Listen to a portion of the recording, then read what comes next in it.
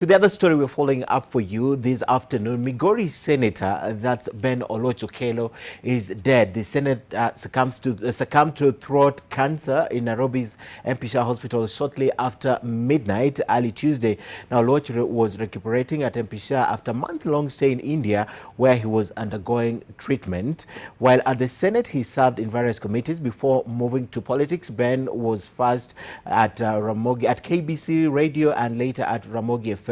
Family and friends are meeting at Nairobi's Lee funeral as preparations for the burial begins today. And now we're joined by Charity Mwangi, who has been at the Lee funeral home since morning, and she now joins us to talk to us about what's happening. Charity, earlier on we saw quite a number of leaders from his party, and we've seen quite a number of people expressing their condolences also to this family and friends and the people of Migori. But from where you are, what else is happening?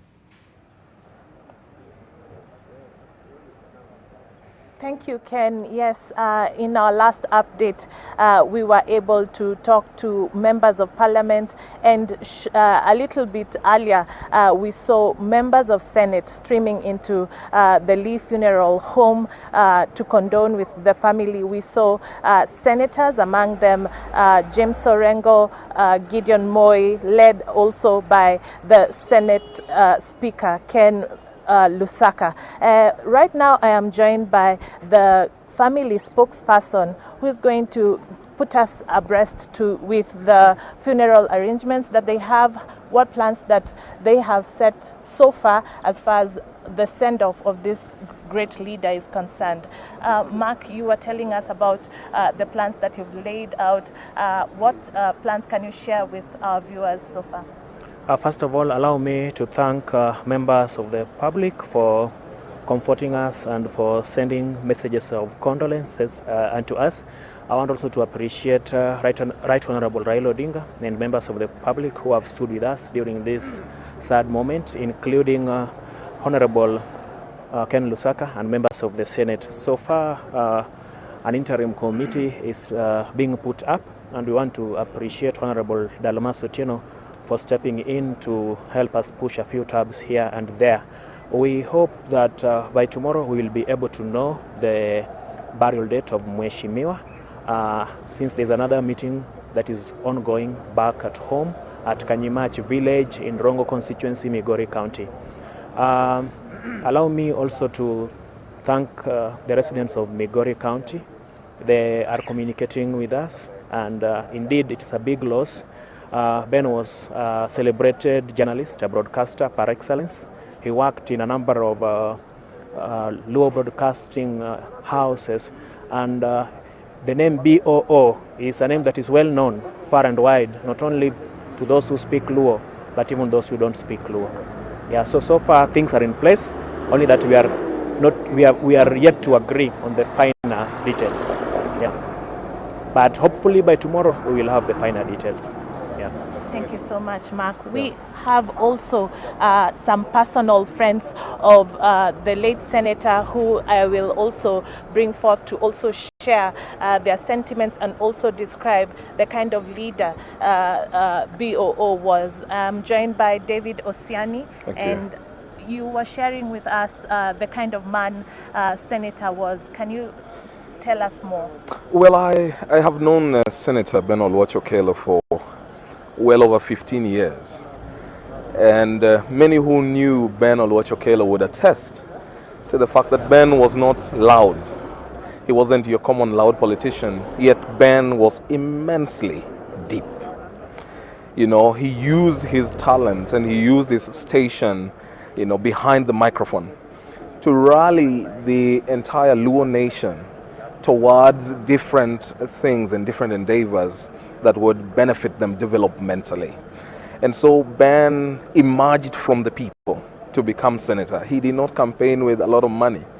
He was just loved for it. He is the one who really needs to take credit for this craze about Gor Mahia that we now have in the country, because Ben tried to show people that talent can pay. and that we can love our teams and appreciate them more than merely loving Arsenal or others. We can have our own AFC and, you know, Sofapaka and Ramogi and love them.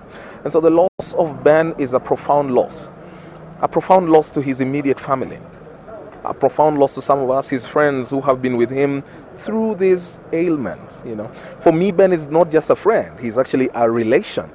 So it's a profound loss for the people of Kanyimach, where he comes from, who held him as their light. In Kanyimach, I remember Ben calling us as his friends to go and fundraise for Kanyimach Secondary School, that I bet now is in its third form. And the zeal he put in the work towards that school, towards the churches in his place, towards his work, the commitment, the work ethic is everything emulable about Ben Oluoch Okello. And so he has rested.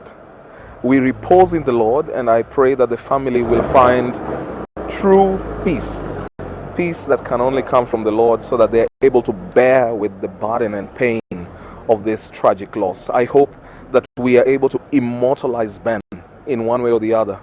Name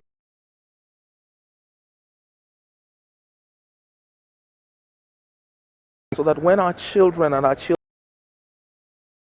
it has been with Tom Boyer, they can be told, there once lived a gentleman called Ben Oluoch Okello, who rendered his